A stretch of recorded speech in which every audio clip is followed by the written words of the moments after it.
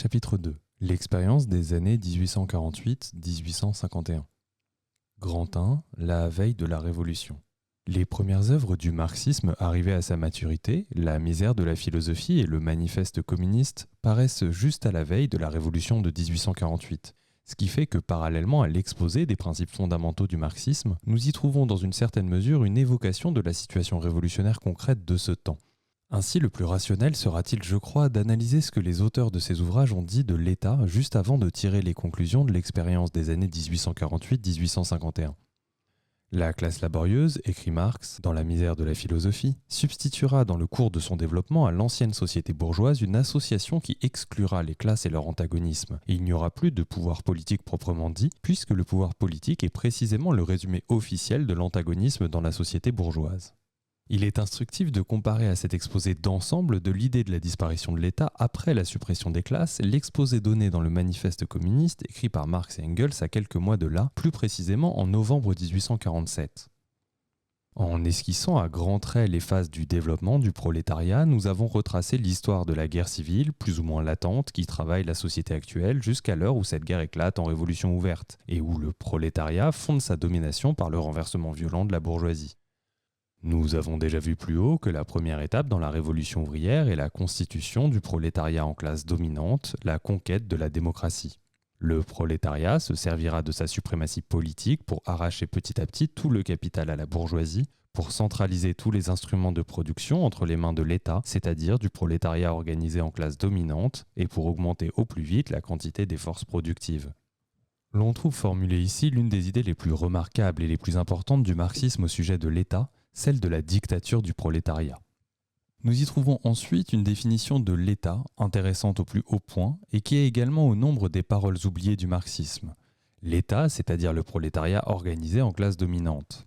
Cette définition de l'État n'a jamais été commentée dans la littérature de propagande et d'agitation qui prédomine dans les partis social-démocrates officiels. Bien plus, elle a été très précisément oubliée parce qu'elle est absolument inconciliable avec le réformisme. Elle heurte de front les préjugés opportunistes habituels et les illusions petites bourgeoises quant à l'évolution pacifique de la démocratie. Le prolétariat a besoin de l'État. Tous les opportunistes, les social-chauvins, les kotskistes le répètent en s'assurant que telle est la doctrine de Marx, mais ils oublient d'ajouter premièrement que d'après Marx, il ne faut au prolétariat qu'un État en voie d'extinction, c'est-à-dire constitué de telle sorte qu'il commence immédiatement à s'éteindre et ne puisse pas ne point s'atteindre. Deuxièmement, que les travailleurs ont besoin d'un État qui soit le prolétariat organisé en classe dominante. L'État est l'organisation spéciale d'un pouvoir, c'est l'organisation de la violence destinée à mater une certaine classe. Quelle est donc la classe que le prolétariat doit mater ? Évidemment, la seule classe des exploiteurs, c'est-à-dire la bourgeoisie. Les travailleurs n'ont besoin de l'État que pour réprimer la résistance des exploiteurs. Or, diriger cette répression, la réaliser pratiquement, il n'y a que le prolétariat qui puisse le faire en tant que seule classe révolutionnaire jusqu'au bout, seule classe capable d'unir tous les travailleurs et tous les exploités dans la lutte contre la bourgeoisie en vue de la chasser totalement du pouvoir. Les classes exploiteuses ont besoin de la domination politique pour maintenir l'exploitation, c'est-à-dire pour défendre les intérêts égoïstes d'une infime minorité contre l'immense majorité du peuple. Les classes exploitées ont besoin de la domination politique pour supprimer complètement toute exploitation, c'est-à-dire pour défendre les intérêts de l'immense majorité du peuple contre l'infime minorité des esclavagistes modernes, c'est-à-dire les propriétaires fonciers et les capitalistes. Les démocrates petits bourgeois, ces pseudo-socialistes qui ont substitué à la lutte des classes leur rêverie sur l'entente des classes, se représentaient la transformation socialiste, elle aussi comme une sorte de rêve sous la forme non point du renversement de la domination de la classe exploiteuse, mais d'une soumission pacifique de la minorité à la majorité consciente de ses tâches. Cette utopie petite bourgeoise, indissolublement liée à la notion d'un État placé au-dessus des classes, a abouti pratiquement à la trahison des intérêts des classes laborieuses, comme l'a montré par exemple l'histoire des révolutions françaises de 1848 et 1871, comme l'a montré l'expérience de la participation socialiste au ministère bourgeoise en Angleterre, en France, en Italie et en d'autres pays à la fin du XIXe siècle et au début du XXe. Toute sa vie, Marx a lutté contre ce socialisme petit bourgeois, ressuscité de nos jours en Russie par les partis socialistes révolutionnaires et mencheviks. Marx a développé d'une façon conséquente la doctrine de la lutte des classes pour aboutir à la doctrine du pouvoir politique, à la doctrine de l'État. La domination de la bourgeoisie ne peut être renversée que par le prolétariat, classe distincte que ses conditions économiques d'existence préparent à ce renversement et à qui elles offrent la possibilité et la force de l'accomplir. Tandis que la bourgeoisie fractionne et dissémine la paysannerie et toutes les couches petites bourgeoises, elle groupe, unit et organise le prolétariat. Étant donné le rôle économique qu'il joue dans la grande production, le prolétariat est le seul capable d'être le guide de toutes les masses laborieuses et exploitées que souvent la bourgeoisie exploite, opprime et écrase non pas moins, mais plus que les prolétaires et qui sont incapables d'une lutte indépendante pour leur affranchissement. La doctrine de la lutte des classes, appliquée par Marx à l'État et à la révolution socialiste, mène nécessairement à la reconnaissance de la domination politique du prolétariat, de sa dictature, c'est-à-dire d'un pouvoir qu'il ne partage avec personne et qui s'appuie directement sur la force armée des masses. La bourgeoisie ne peut être renversée que si le prolétariat est transformé en classe dominante capable de réprimer la résistance inévitable désespérée de la bourgeoisie et d'organiser pour un nouveau régime économique toutes les masses laborieuses et exploitées. Le prolétariat a besoin du pouvoir d'État, d'une organisation centralisée de la force, d'une organisation de la violence, aussi bien pour réprimer la résistance des exploiteurs que pour diriger la grande masse de la population, paysannerie, petite bourgeoisie, semi-prolétaire, dans la mise en place de l'économie socialiste. En éduquant le parti ouvrier, le marxisme éduque une avant-garde du prolétariat capable de prendre le pouvoir et de mener le peuple tout entier au socialisme, de diriger et d'organiser un régime nouveau, d'être l'éducateur, le guide et le chef de tous les travailleurs et exploités pour l'organisation de leur vie sociale sans la bourgeoisie et contre la bourgeoisie. Au contraire, l'opportunisme régnant éduque dans le parti ouvrier des représentants des travailleurs les mieux rétribués qui se détachent de la masse. Ils s'accommodent assez bien du régime capitaliste et vendent pour un plat de lentilles leurs droits d'aînesse, c'est-à-dire qu'ils abdiquent leur rôle de chef révolutionnaire du peuple dans la lutte contre la bourgeoisie. L'État, c'est-à-dire le prolétariat organisé en classe dominante, cette théorie de Marx est indissolublement liée à toute sa doctrine sur le rôle révolutionnaire du prolétariat dans l'histoire. L'aboutissement de ce rôle, c'est la dictature prolétarienne, la domination politique du prolétariat. Mais si le prolétariat a besoin de l'État en tant qu'organisation spéciale de la violence contre la bourgeoisie, une question s'impose. Une telle organisation est-elle concevable sans que soit au préalable détruite, démolie la machine d'État, que la bourgeoisie a créée pour elle-même?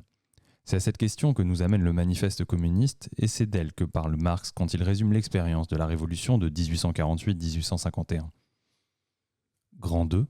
Le bilan d'une révolution. Traitant de la question de l'État qui nous préoccupe ici, Marx fait le bilan de la révolution de 1848-1851 dans son 18 Brumaire de Louis Bonaparte, en développant le raisonnement suivant. Mais la révolution va jusqu'au fond des choses, elle ne traverse encore que le purgatoire, elle mène son affaire avec méthode, jusqu'au 2 décembre 51, elle n'avait accompli que la moitié de ses préparatifs, et maintenant elle accomplit l'autre moitié. Elle perfectionne d'abord le pouvoir parlementaire pour le renverser ensuite. Ce but une fois atteint, elle perfectionne le pouvoir exécutif, le réduit à sa plus simple expression, l'isole, dirige contre lui tous les reproches pour pouvoir concentrer sur lui toutes ses forces de destruction, et quand elle aura accompli la seconde moitié de son travail de préparation, l'Europe sautera de sa place et jubilera « Bien creusé, vieille taupe ». Ce pouvoir exécutif, avec son immense organisation bureaucratique et militaire, avec sa machine étatique complexe et artificielle, son armée de fonctionnaires d'un demi-million d'hommes et son autre armée d'un demi-million de soldats, effroyable corps parasite qui recouvre comme d'une membrane le corps de la société française et en bouche tous les pores, se constitua à l'époque de la monarchie absolue, au déclin de la féodalité qui l'aida à renverser. La première révolution française a développé la centralisation, mais en même temps aussi l'étendue, les attributs et l'appareil du pouvoir gouvernemental. Napoléon acheva de perfectionner ce mécanisme d'État. La monarchie légitime et la monarchie de Juillet ne firent qu'y ajouter une plus grande division du travail. La République parlementaire, enfin, se vit contrainte dans sa lutte contre la Révolution de renforcer par ses mesures de répression les moyens d'action et la centralisation du pouvoir gouvernemental. Tous les bouleversements n'ont fait que perfectionner cette machine au lieu de la briser. Les partis qui luttèrent à tour de rôle pour le pouvoir considèrent la conquête de cet immense édifice d'État comme la principale proie du vainqueur. Dans ce remarquable aperçu, le marxisme accomplit un très grand pas en avant par rapport au manifeste communiste où la question de l'État était encore posée d'une manière très abstraite, dans les notions et termes les plus généraux. Ici, la question est posée de façon concrète et la déduction est éminemment précise, définie, pratiquement tangible. Toutes les révolutions antérieures ont perfectionné la machine de l'État, or il faut la briser, la démolir. Cette déduction est le principal, l'essentiel dans la doctrine marxiste de l'État. Et c'est cette chose essentielle qui a été non seulement tout à fait oubliée par les partis social-démocrates officiels dominants, mais franchement dénaturée par le théoricien le plus en vue de la Deuxième Internationale, Kautsky. Le manifeste communiste tire les leçons de l'ensemble de l'histoire, qui montre dans l'État un organisme de domination de classe et aboutit à cette conclusion nécessaire: le prolétariat ne saurait renverser la bourgeoisie avant d'avoir conquis le pouvoir politique, avant d'avoir établi sa domination politique, d'avoir érigé en État le prolétariat organisé en classe dominante. Et cet État prolétarien commencera à s'éteindre dès sa victoire. L'État devenant inutile et impossible dans une société où les contradictions de classe n'existent pas, la question de savoir en quoi doit constituer du point de vue du développement historique cette substitution de l'État prolétarien à l'État bourgeois n'est pas posée ici. Cette question, Marx la pose et la résout en 1852. Fidèle à sa philosophie du matérialisme dialectique, il prend comme base d'expérience historique les grandes années de la Révolution de 1848-1851. Là, comme toujours, la doctrine de Marx dresse un bilan de l'expérience vécue éclairée par une conception philosophique profonde et par une connaissance étendue de l'histoire. La question de l'État est posée de façon concrète. Comment est né historiquement l'État bourgeois, la machine d'État nécessaire à la domination de la bourgeoisie ? Quelle transformation, quelle évolution cette machine d'État a-t-elle subi au cours des révolutions bourgeoises et lorsqu'elle s'est heurtée au mouvement d'indépendance des classes opprimées? Quelles sont les tâches du prolétariat à son égard?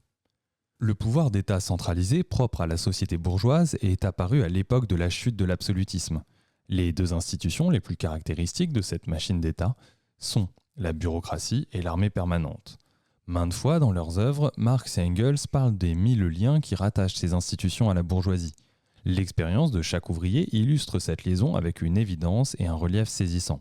La classe ouvrière apprend à la connaître à ses dépens. C'est pourquoi elle saisit avec tant de facilité et s'assimile si bien la science qui révèle l'inéluctabilité de cette liaison, science que les démocrates petits bourgeois nient par ignorance et par légèreté, à moins qu'ils n'aient la légèreté plus grande encore de la reconnaître en général, en oubliant d'en tirer les conclusions pratiques. La bureaucratie et l'armée permanente sont des parasites. Sur le corps de la société bourgeoise, des parasites engendrés par les contradictions internes qui déchirent cette société, mais très exactement des parasites qui bouchent ses pores vitaux. L'opportunisme kotskiste, aujourd'hui prédominant dans la social-démocratie officielle, estime que cette théorie de l'État, considérée comme un organisme parasite, est l'attribut particulier et exclusif de l'anarchisme. Cette déformation du marxisme est évidemment au plus haut point avantageuse aux petits bourgeois qui ont conduit le socialisme à cette honte inouïe. Justifier et farder la guerre impérialiste en lui appliquant les notions de défense de la patrie. Ce n'en est pas moins une déformation incontestable. Le développement, le perfectionnement, la consolidation de cet appareil bureaucratique et militaire se poursuivent à travers la multitude des révolutions bourgeoises dont l'Europe a été le théâtre depuis la chute de la féodalité. C'est en particulier la petite bourgeoisie qui est attirée aux côtés de la grande et lui est soumise dans une large mesure au moyen de cet appareil qui dispense aux couches supérieures de la paysannerie, des petits artisans, des petits commerçants, etc., des emplois relativement commodes, tranquilles et honorables, plaçant leurs bénéficiaires au-dessus du peuple. Vous voyez ce qu'il s'est passé en Russie durant les 6 mois qui suivirent le 27 février 1917. Les postes de fonctionnaires, réservés jadis de préférence aux sangs noirs, sont devenus le butin des cadets, des mencheviks et des socialistes révolutionnaires. Au fond, on ne songeait guère à des réformes sérieuses, on s'efforçait de les ajourner toutes jusqu'à l'Assemblée constituante, et celle-ci petit à petit jusqu'à la fin de la guerre. Mais pour partager le butin, s'installer au poste lucratif de ministre et de sous-secrétaire d'État, de gouverneurs généraux, etc., etc. On n'a pas perdu de temps et on n'a attendu aucune Assemblée constituante. Le jeu des combinaisons ministérielles n'était au fond que l'expression de ce partage et de cette redistribution du butin qui se faisait de haut en bas, à travers le pays, dans toutes les administrations centrales et locales. Le résultat objectif après 6 mois, du 27 février au 27 août 1917, est indéniable. Les réformes sont ajournées, les sinécures administratives attribuées, et les erreurs d'attribution ont été corrigées par quelques redistributions. Mais plus on procède aux redistributions de l'appareil bureaucratique entre les divers partis bourgeois et petits bourgeois, entre les cadets, les socialistes révolutionnaires et les mencheviks, pour prendre l'exemple de la Russie, et plus évidente apparaît aux classes opprimées, prolétariat en tête, leur hostilité irréductible à la société bourgeoise tout entière. D'où la nécessité pour tous les partis bourgeois, même les plus démocratiques, y compris les démocrates révolutionnaires, d'accentuer la répression contre le prolétariat révolutionnaire, de renforcer l'appareil répressif, c'est-à-dire précisément la machine d'État. Ce cours des événements oblige la Révolution à concentrer toutes les forces de destruction contre le pouvoir d'État. Il lui impose pour tâche non d'améliorer la machine d'État, mais de la démolir, de la détruire. Ce ne sont pas des déductions logiques, mais le développement réel des événements. L'expérience vécue des années 1848-1851, qui ont conduit à poser ainsi le problème. À quel point Marx s'en tient strictement aux données de l'expérience historique, on le voit par le fait qu'en 1852, il ne pose pas encore la question concrète de savoir par quoi remplacer cette machine d'État qui doit être détruite. L'expérience n'avait pas encore fourni à l'époque les matériaux nécessaires pour répondre à cette question que l'histoire mettra à l'ordre du jour plus tard, en 1871. En 1852, on pouvait seulement constater avec la précision propre aux sciences naturelles que la révolution prolétarienne abordait cette tâche. Concentrer toutes les forces de destruction contre le pouvoir d'État, briser la machine d'État. On se demandera peut-être s'il est juste de généraliser l'expérience, les observations et les conclusions de Marx et de les appliquer au-delà des limites de l'histoire de France de ces 3 années, 1848 à 1851. Pour analyser ce problème, rappelons d'abord une remarque d'Engels. Nous passerons ensuite à l'examen des faits. La France, écrivait Engels dans la préface de la 3e édition du 18 Brumaire, est le pays où la lutte de classes ont été menées chaque fois plus que partout ailleurs jusqu'à la décision complète et où par conséquent les formes politiques changeantes à l'intérieur desquelles elles se meuvent et dans lesquelles se résument leurs résultats prennent les contours les plus nets. Centre du féodalisme au Moyen-Âge, pays classique depuis la Renaissance, de la monarchie héréditaire, la France a dans sa grande révolution détruit le féodalisme et donné à la domination de la bourgeoisie un caractère de pureté classique qu'aucun autre pays n'a atteint en Europe. De même, la lutte du prolétariat qui s'éveille contre la bourgeoisie régnante y revêt des formes aiguës, inconnues ailleurs. Cette dernière remarque a vieilli puisque depuis 1871, il y a eu une interruption dans la lutte révolutionnaire du prolétariat français. Toutefois, cette interruption, si longue soit-elle, n'exclut nullement la possibilité que dans la révolution prolétarienne de demain, la France s'affirme comme le pays classique de la lutte des classes menée résolument jusqu'à la décision complète. Mais jetons un regard d'ensemble sur l'histoire des pays avancés à la fin du 19e siècle et au début du 20e. Nous verrons que le même processus s'est opéré plus lentement, sous des formes plus variées dans une arène beaucoup plus vaste. D'une part, élaboration d'un pouvoir parlementaire aussi bien dans les pays républicains que dans les pays monarchiques. D'autre part, lutte pour le pouvoir entre les différents partis bourgeois et petits bourgeois qui se sont partagés et repartagés comme butin les sinécures administratives, les fondements de l'ordre bourgeois restant inchangés. Enfin, perfectionnement et consolidation du pouvoir exécutif de son appareil bureaucratique et militaire. Nul doute que ce soit là des traits communs à toute l'évolution moderne des États capitalistes en général. En 3 années, de 1848 à 1851, la France a montré sous une forme nette et ramassée dans leur succession rapide ces mêmes processus de développement propres à l'ensemble du monde capitaliste. Plus particulièrement l'impérialisme, époque du capital bancaire, époque des gigantesques monopoles capitalistes, époque où le capitalisme monopoliste se transforme par voie de croissance en capitalisme monopoliste d'État, montre le renforcement extraordinaire de la machine d'État, l'extension inouïe de son appareil bureaucratique et militaire en liaison avec une répression accrue du prolétariat, aussi bien dans les pays monarchiques que dans les républiques les plus libres. Aujourd'hui, l'histoire universelle conduit sans nul doute sur une échelle infiniment plus vaste qu'en 1852. À la concentration de toutes les forces de la révolution prolétarienne en vue de la destruction de la machine d'État. Par quoi le prolétariat la remplacera-t-il ? La Commune de Paris fournit à ce sujet une documentation des plus instructives. Comment Marx posait la question en 1852 ? Mehring a publié en 1907, dans la Newsite, des extraits d'une lettre de Marx à Wedemeyer en date du 5 mars 1852. Cette lettre renferme entre autres la remarquable observation que voici. En ce qui me concerne, ce n'est pas à moi que revient le mérite d'avoir découvert ni l'existence des classes dans la société moderne, ni leur lutte entre elles. Longtemps avant moi, des historiens bourgeois avaient exposé l'évolution historique de cette lutte des classes et des économistes bourgeois en avaient décrit l'anatomie économique. Ce que j'ai apporté de nouveau, c'est de démontrer 1. Que l'existence des classes n'est liée qu'à des phases historiques déterminées du développement de la production. 2. Que la lutte des classes mène nécessairement à la dictature du prolétariat. 3. Que cette dictature elle-même ne représente que la transition à l'abolition de toutes les classes à une société sans classe. Dans ce texte, Marx a réussi à exprimer avec un relief saisissant d'abord ce qui distingue principalement et foncièrement sa doctrine de celle des penseurs éclairés et les plus pénétrants de la bourgeoisie. Ensuite, l'essence de sa doctrine de l'État. L'essentiel dans la doctrine de Marx, c'est la lutte des classes. C'est ce qu'on dit et c'est ce qu'on écrit très souvent. Mais c'est inexact. Et de cette inexactitude résultent couramment des déformations opportunistes du marxisme, des falsifications tendant à le rendre acceptable par la bourgeoisie. Car la doctrine de la lutte des classes, elle a été créée non par Marx, mais par la bourgeoisie avant Marx. Et elle est d'une façon générale acceptable pour la bourgeoisie. Quiconque reconnaît uniquement la lutte des classes n'est pas pour autant un marxiste. Il peut se faire qu'il ne sorte pas encore du cadre de la pensée bourgeoise et de la politique bourgeoise. Limiter le marxisme à la doctrine de la lutte des classes, c'est le tronquer, le déformer, le réduire à ce qui est acceptable pour la bourgeoisie. Celui-là seul est un marxiste qui étend la reconnaissance de la lutte des classes jusqu'à la reconnaissance de la dictature du prolétariat. C'est ce qui distingue foncièrement le marxiste du vulgaire petit bourgeois. C'est avec cette pierre de touche qu'il faut éprouver la compréhension et la reconnaissance effective du marxisme. Il n'est pas étonnant que lorsque l'histoire de l'Europe eut amené la classe ouvrière à aborder pratiquement cette question, tous les opportunistes et les réformistes, mais aussi tous les kotskistes, se soient révélés de pitoyables philistins et des démocrates petits bourgeois négateurs de la dictature du prolétariat. La brochure de Kautsky, La dictature du prolétariat, parue en 1818, c'est-à-dire longtemps après la première édition du présent ouvrage, offre un modèle de déformation petite bourgeoise du marxisme qu'elle répudie lâchement. L'opportunisme contemporain, en la personne de son principal représentant, l'ex-marxiste Kautsky, répond entièrement à la caractéristique donnée par Marx de l'attitude bourgeoise, car il circonscrit le cadre de la reconnaissance de la lutte des classes à la sphère des rapports bourgeois. L'opportunisme n'étend pas la reconnaissance de la lutte des classes jusqu'à ce qui est précisément l'essentiel, jusqu'à la période de transition du capitalisme au communisme, jusqu'à la période de renversement et de suppression complète de la bourgeoisie. En réalité, cette période est nécessairement marquée par une lutte des classes, d'un acharnement sans précédent, revêtant des formes d'une extrême acuité. L'état de cette période-là doit donc nécessairement être démocratique d'une manière nouvelle et dictatorial d'une manière nouvelle. Poursuivons. Ceux-là seuls ont assimilé l'essence de la doctrine de Marx sur l'État, qui ont compris que la dictature d'une classe est nécessaire non seulement pour toute société de classe en général, non seulement pour le prolétariat qui aura renversé la bourgeoisie, mais encore pour toute la période historique qui sépare le capitalisme de la société sans classe, du communisme. Les formes d'État bourgeois sont extrêmement variées, mais leur essence est une.